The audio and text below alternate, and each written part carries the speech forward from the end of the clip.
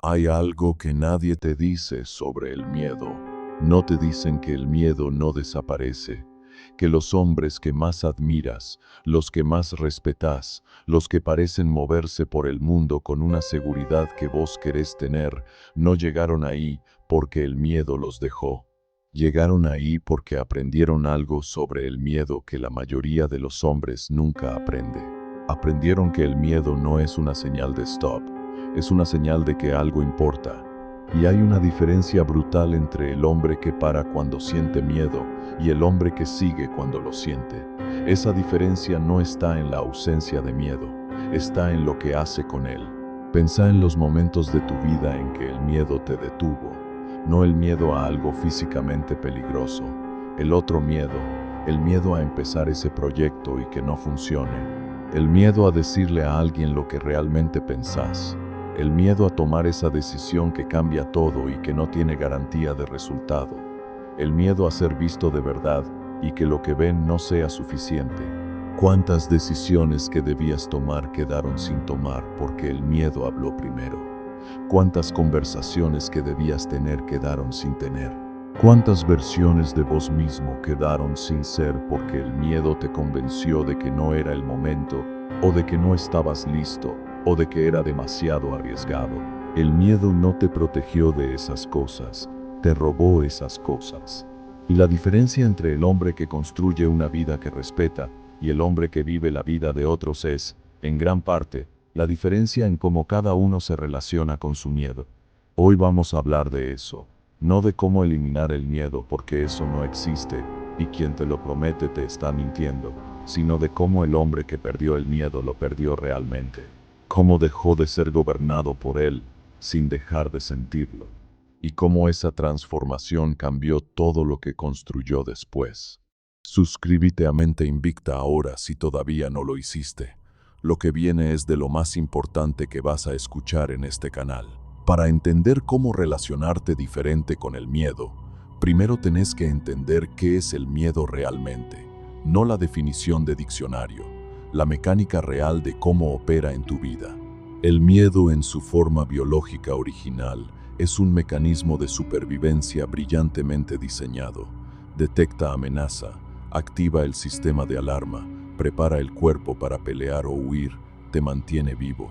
En el entorno para el cual fue diseñado, frente a depredadores reales y peligros físicos concretos, es exactamente lo que necesitas. El problema es que ese mismo sistema opera de la misma forma frente a amenazas que no son físicas ni reales en el sentido biológico. Tu cerebro no distingue entre el miedo a un depredador y el miedo a hacer el ridículo, entre el miedo a morir y el miedo a fracasar, entre la amenaza física y la amenaza social o psicológica. Activa la misma respuesta, mismo cortisol, mismo ritmo cardíaco, misma contracción cognitiva que reduce la creatividad y la capacidad de pensamiento complejo, todo para protegerte de algo que en realidad no puede matarte. Y ahí está la trampa. Tu sistema de supervivencia, que fue diseñado para situaciones de vida o muerte, está operando en situaciones de vida o incomodidad, y le está dando a la incomodidad el mismo peso que le daría a la muerte, y vos, sin entender eso, le crees. Marco Aurelio lo entendía desde el estoicismo con una precisión que anticipa siglos de neurociencia. Lo que nos perturba no son los eventos, sino nuestros juicios sobre los eventos. El miedo a empezar un negocio no es el negocio, es tu juicio sobre lo que podría pasar si fracasa. El miedo a decir la verdad no es la verdad, es tu juicio sobre lo que podría pasar si la otra persona reacciona mal. El miedo no es la situación, es la historia que construís sobre la situación. Y esa historia, en la mayoría de los casos, tiene una proporción de catástrofe muy superior a la realidad de lo que enfrentás. Hay una segunda mecánica que es igualmente importante. El miedo se retroalimenta con la evasión. Cada vez que evitas lo que te da miedo, le estás enviando a tu cerebro una señal muy clara. Eso que evitamos era peligroso porque lo evitamos, y la próxima vez que aparezca, el miedo va a ser más intenso, no menos. No es intuitivo. El cerebro aprende por evidencia. Si la evidencia que le das es que cada vez que aparece el miedo parás, aprende que parar es la respuesta correcta y lo hace más automático, más rápido, más difícil de cuestionar. El único antídoto para esa dinámica es la acción a pesar del miedo, no la eliminación del miedo, la acción con el miedo presente. Y esa acción, repetida suficientes veces, le enseña al cerebro una historia diferente. Le enseña que el miedo no es una señal de peligro real, es una señal de novedad, de importancia, de algo que merece tu atención pero no necesariamente tu obediencia. Séneca lo escribió con una precisión que todavía no ha sido superada. Sufre más en la imaginación que en la realidad. La mayoría del sufrimiento que el miedo produce no viene del peligro real, viene de la anticipación del peligro imaginado. Y esa imaginación, en la mayoría de los casos, es significativamente peor que la realidad.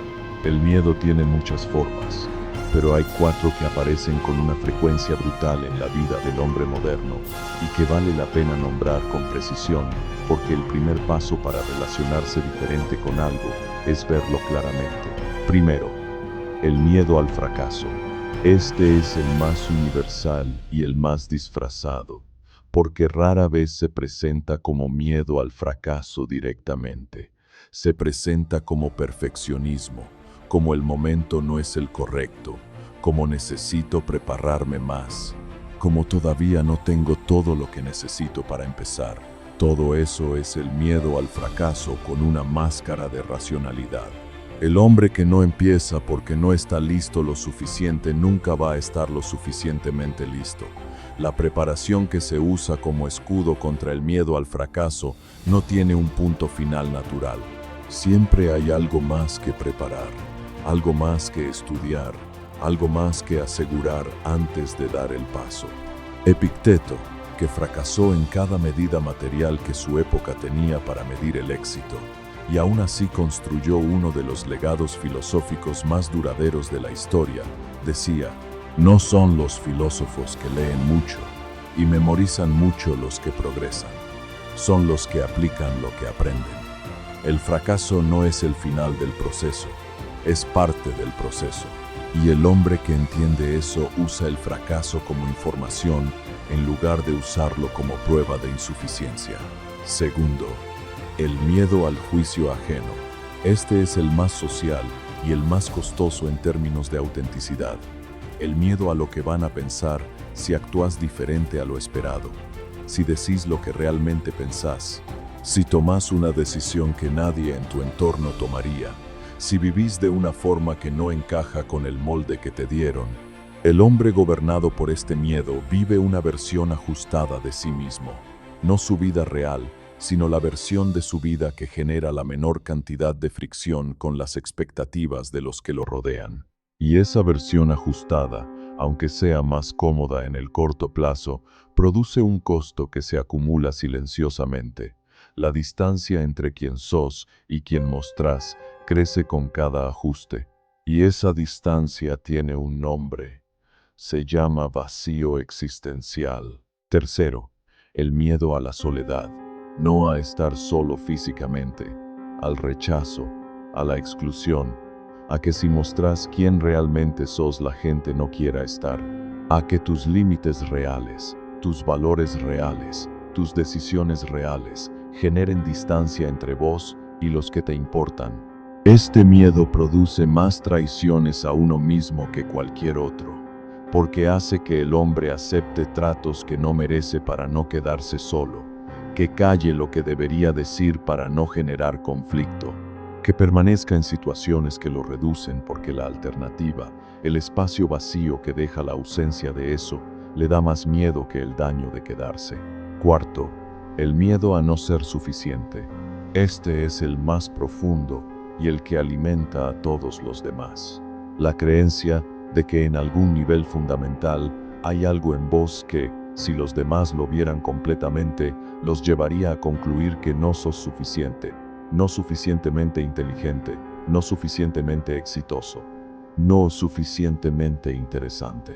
no suficientemente valioso para merecer lo que querés tener. Este miedo es la raíz. Cuando está presente, el miedo al fracaso es realmente el miedo a confirmar que no sos suficiente. El miedo al juicio ajeno es el miedo a que el juicio confirme lo que ya tenés sobre vos mismo. El miedo a la soledad es el miedo a que la ausencia de otros confirme que no sos suficiente para que quieran quedarse. Viktor Frankl, desde su experiencia en los campos de concentración donde todo lo externo fue destruido, llegó a la conclusión que más directamente ataca este miedo. El valor de un hombre no está en lo que tiene, en lo que logra o en lo que otros piensan de él. Está en la postura que adopta frente a lo que le toca vivir, en la dignidad con que enfrenta lo que no puede controlar. Eso no puede ser quitado. Y mientras eso exista, la pregunta de si sos suficiente tiene una respuesta que no depende de nadie más que de vos. Hay un error que comete la mayoría de las personas cuando estudian a los hombres que más admiran. Los imagina sin miedo. Los imagina como si la valentía que mostraron viniera de no sentir lo que los demás sienten. Y eso los convierte en algo distante, en algo que no aplica para la vida común. La realidad es completamente diferente. Marco Aurelio gobernó el imperio romano más extenso de la historia durante décadas. Estuvo en campañas militares en condiciones brutales. Tomó decisiones que afectaban la vida de millones de personas. Y en sus meditaciones, que nunca escribió para que nadie las leyera, hay una honestidad sobre sus propias dudas, sus propios miedos, su propio cansancio, que la imagen del emperador invencible nunca mostraría. Escribió sobre el miedo a no cumplir con su deber, sobre el miedo a ser deshonesto consigo mismo, sobre la dificultad de sostener los principios cuando todo alrededor presionaba en otra dirección. No era un hombre sin miedo, era un hombre que había desarrollado una relación con el miedo que no le permitía dictar sus acciones. Epicteto fue esclavo. Enfrentó la pérdida absoluta de libertad física, la amenaza permanente de violencia y la incertidumbre total sobre su futuro. Y desarrolló su filosofía no en la comodidad de quien no tiene nada que perder, sino en la realidad de alguien que podía perder todo en cualquier momento. Su valentía no era la ausencia de miedo, era la comprensión de que lo único que nadie podía quitarle era su postura interna frente a lo que le pasaba. Séneca, que llegó a ser uno de los hombres más ricos e influyentes de Roma y que luego fue obligado por Nerón a quitarse la vida, escribió sus mejores reflexiones sobre el miedo precisamente cuando tenía más que perder. No desde la teoría, desde la práctica de un hombre que sabía que todo lo externo podía desaparecer en cualquier momento. Y los tres, con vidas completamente diferentes, en contextos completamente diferentes, llegaron a la misma conclusión fundamental sobre el miedo. El miedo solo tiene el poder que vos le das cuando decidís no actuar. Eso es todo. No es más complicado que eso. El miedo en sí mismo no puede detenerte. No tiene brazos. No tiene capacidad de acción. La única forma en que el miedo te para es si vos decidís parar cuando lo sentís. Y esa decisión, la de actuar a pesar de sentir el miedo, es una decisión que se puede tomar en cualquier momento. No requiere que el miedo desaparezca primero. No requiere condiciones especiales. No requiere haber trabajado el miedo durante años antes de poder actuar. Requiere una sola cosa: elegir actuar ahora, con el miedo presente y ver qué pasa. Lo que pasa, invariablemente, es que el mundo no se derrumba de la forma que el miedo prometía, y esa evidencia es más poderosa que cualquier argumento racional contra el miedo, porque la aprende el cuerpo, no solo la mente. Y cuando el cuerpo aprende que puede atravesar el miedo sin morir, empieza a confiar en ese proceso de una forma que cambia todo. Hablamos mucho de lo que el miedo produce en el momento: la parálisis, la evasión, la decisión no tomada. Pero hay un costo acumulado que muy pocos hombres calculan honestamente. Y ese costo, cuando lo ves en perspectiva, es el que realmente mueve algo profundo. Imagina a un hombre de 40 años. Tiene trabajo, tiene relaciones, tiene una vida que funciona en los parámetros básicos. Pero si es honesto, si se sienta solo con eso, reconoce que hay una versión de su vida que no vivió. Un negocio que no empezó porque tuvo miedo de fracasar. Una conversación que no tuvo porque tuvo miedo del conflicto. Una relación que no persiguió porque tuvo miedo del rechazo. Una decisión que no tomó porque tuvo miedo de equivocarse. Y cada una de esas cosas no vividas no es solo una ausencia, es una presencia. La presencia permanente de la pregunta, ¿qué hubiera pasado si? Esa pregunta no desaparece, se instala. Y con el tiempo se convierte en la forma más dolorosa de arrepentimiento que existe. No el arrepentimiento por lo que hiciste, sino por lo que no hiciste. Los psicólogos que estudian el arrepentimiento en personas mayores encuentran consistentemente lo mismo. Las personas rara vez se arrepienten de las cosas que hicieron y no funcionaron. Se arrepienten de las cosas que no hicieron porque tuvieron miedo de intentarlo. El fracaso duele en el momento. El arrepentimiento de no haber intentado dura décadas. Marco Aurelio lo anticipó con una claridad brutal. Perderás todo el tiempo que postergues vivir. La vida no espera a que estés listo. Cada día que el miedo te convence de que no es el momento, de que todavía no estás listo, de que esperas un poco más, es un día de tu vida que pasó en el modo de espera en lugar del modo de construcción. Y los días no se recuperan. Los años no se recuperan. La versión de vos mismo que podría haber existido si hubieras actuado a pesar del miedo no se recupera. Se puede construir una versión nueva, siempre, pero la versión que hubieras sido si hubieras empezado antes ya es historia que no se puede reescribir. Eso no es para generarte culpa, es para que la magnitud real del costo del miedo sea visible, para que la próxima vez que el miedo te proponga esperar, tengas presente qué es lo que realmente estás aceptando cuando decís que sí. Ahora lo que realmente importa, la construcción concreta, porque entender el miedo sin herramientas para relacionarte diferente con él es solo conocimiento inútil. Práctica 1. La premeditación del miedo. Los estoicos tenían una práctica que llamaban premeditatio malorum, la premeditación de los males. Antes de enfrentar algo que te genera miedo, lo visualizas en detalle, no para evitarlo, sino para examinarlo. ¿Cuál es el peor escenario real? ¿Qué tan probable es ese escenario? Si ocurriera, ¿podrías manejarlo? ¿Qué harías si ocurriera?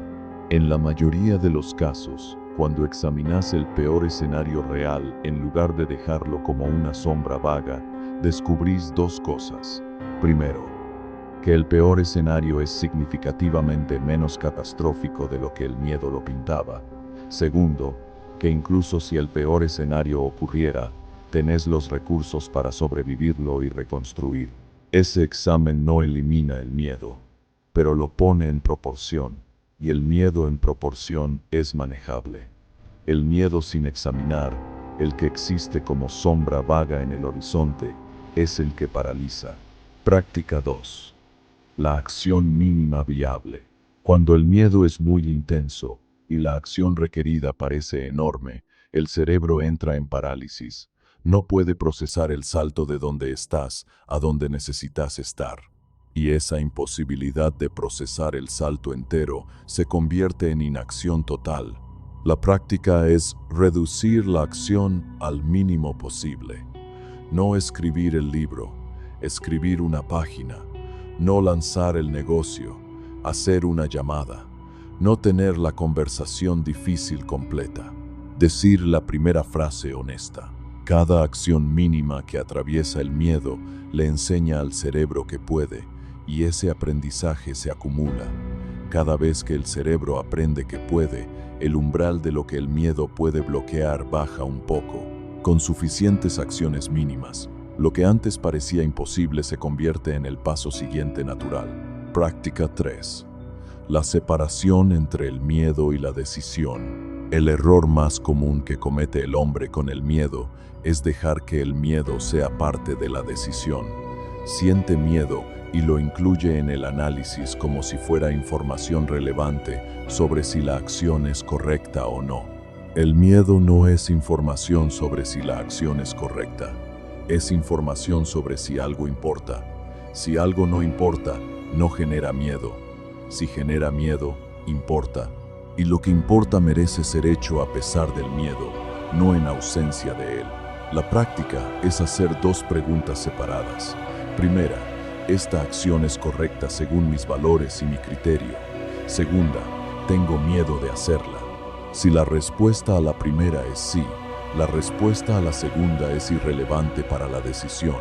El miedo puede estar presente. La acción sigue siendo la correcta. Práctica 4. El uso del miedo como combustible. Esto es lo que distingue al hombre que realmente perdió el miedo de quien simplemente lo evita o lo suprime. El hombre que perdió el miedo aprendió a reconocer la energía que genera el miedo como algo que puede ser redirigido. El miedo produce activación fisiológica, ritmo cardíaco elevado, adrenalina, estado de alerta máximo.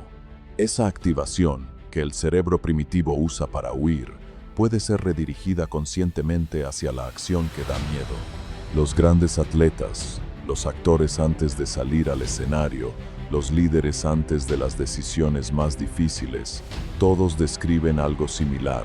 El miedo está presente, pero en lugar de frenarlo lo usan. Lo sienten como energía disponible y la canalizan hacia la ejecución.